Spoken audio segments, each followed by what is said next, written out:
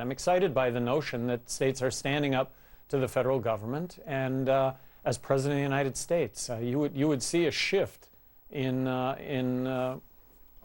how this country's business gets conducted from the federal government to the states. What we do in this country is we pass laws that advantage corporations, individuals, groups that are well connected politically, as opposed to creating an environment where we all have a level playing field, with all of us having access to the American dream. The American dream being going from having nothing to having everything if we're willing to work hard and innovate.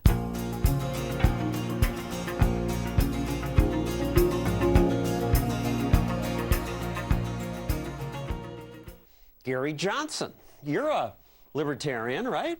You know, John, I'm a Republican, but I've been described as a libertarian, and I've always viewed that as a compliment, always. But you run as a Republican. I run as a Republican, the notion of actually getting elected. So in New Mexico, I looked at the Libertarian Party for about a minute and a half one afternoon. I went to a meeting, and I determined that, you know what, I wasn't going to get elected as a Libertarian, and chose to do it as a Republican. And you got elected 2 terms as governor. You vetoed 750 bills, shed 1,000... I always like that. Shed 1,000 state job positions, privatized prisons. This was something other politicians weren't doing at the time and barely do now. Well, so the promise was to put the issues that should be on the front burner. The promise was to actually address the issues. No sacred cows, A through Z. And I want to say I was wildly successful. I want to say I really made a difference. Because there was no tax increase the longest period in New Mexico? There was no tax increase for the longest period in New Mexico. There was not 1 penny of entitlement liability added to New Mexico taxpayers. There was this whole, you know, what has Johnson vetoed today and why? That was the television, that was the radio, that was the newspaper. And even your fellow Republicans were ticked off. A third of the bills I vetoed were Republican bills because, hate to say it, but Republicans seem to grow government just like Democrats, and only 2 of my bills were overridden, so it really made a huge difference, I think, statewide. And you got reelected even though the politicians were angry at you. I got reelected in a state that was 2-to-1 Democrat by saying no to government spending, by saying yes to the individual, no to government. And I just think it speaks to the fact that people appreciate good stewardship of tax dollars. I was a penny pincher.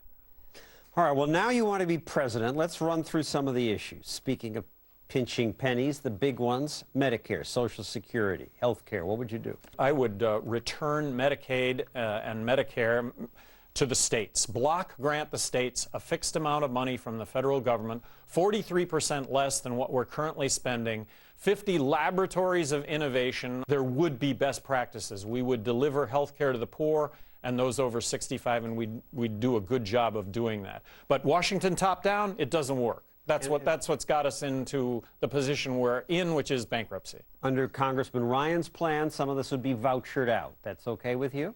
You know, it's a step in the right direction. I would propose a balanced federal budget in the year 2013. Well, you can propose it, but how do you get there? What are you going to cut? Well, you'd cut government by 43%. So you'd start off with Medicaid and Medicare, block granting that from the federal government to the state government, and then you'd move on to defense. Cutting 43%, you're stealing my Medicare. You're crippling the old people. Based on my experience in New Mexico, I changed Medicaid in New Mexico from a fee-for-service model to a managed care model. Saved a whole... Basically, I gave everyone in the state that was receiving Medicaid my health insurance policy as governor of New Mexico. It saved a lot of money. But what about the notion that this has been a failure from day one from the federal government, and we're forced to wear this one-size-fits-all, and it doesn't fit? It's suffocating.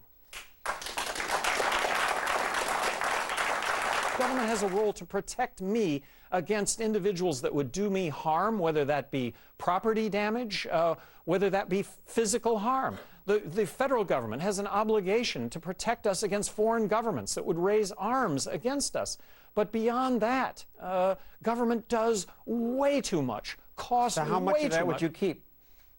Well, just for simplicity's sake, I would keep 57% of it and do away with 43% of it, because that's the amount of money that we're currently borrowing and printing when it comes to covering our obligations. And explain that. I'm a little stuck on the why 43%. Why is that's when you take $1.65 trillion as a percentage of the entire budget, which is $3.6 trillion. That's basically borrowing 43%, borrowing and printing 43% of everything it is that we're currently spending. Tax policy. What would you change?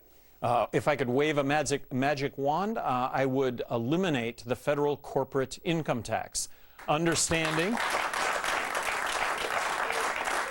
Who are you people? A bunch of corporate chills, clearly. And yet you look so young, some of you. I'm sorry. Well, understanding that the corporate tax is a double tax. You and I own the corporations. When money gets distributed to you and I, at that point, that's when we pay tax on that. Reestablish this country as the only place to start up, grow, nurture business. Waving a magic wand, I would eliminate the IRS. I would eliminate... How would you collect the taxes? We need some tax. I would eliminate the IRS. I would eliminate the income tax. Fair tax would be the only tax. Now, that's waving the magic wand. I think right now that what needs to be concentrated on is slashing spending, something that has never happened in our lifetimes. What about education? Education. So the number one thing that the federal government could do to improve education in this country would be to eliminate the Department of Education. Because? Give education back to the states. 50 laboratories of innovation, 50 laboratories of best practices. There would be best practice. There would be failure. Failure would get avoided. Best practice would get emulated. In New Mexico, I was more outspoken than any governor in the country regarding school choice, believing that the only way we really reform education is to bring competition to public education. So, federal government, give it back to me as governor of New Mexico. I'm going to push for a voucher system, which is what I did in New Mexico, which would have brought about that competition. Yes. Candidate Johnson, as a supporter of Ron Paul, why do you think, as a libertarian, and I think a lot of us are, why do you think we should switch over to supporting your campaign versus Ron Paul's? You know, I wouldn't pretend to make that argument to you. That is something that you're going to have to make a choice on, and I'm not the guy to answer that question. I'm not avoiding the question. I just really, that's your choice. Okay, and I think my question might be similar, but Congressman Paul over the years has consistently embodied Republican principles. How do you respond to those people who ask you what your candidacy can add? Well, the notion of actually winning. I mean, that's the idea here. Now, that may turn out to be far-fetched, but look, Dr. Paul got 8% during the last cycle. It was a great statement. He's a terrific spokesperson. But that 8% has to grow to 40% plus if this is going to be successful and actually govern. So that might not end up to be the case, but that's the stab here on my part.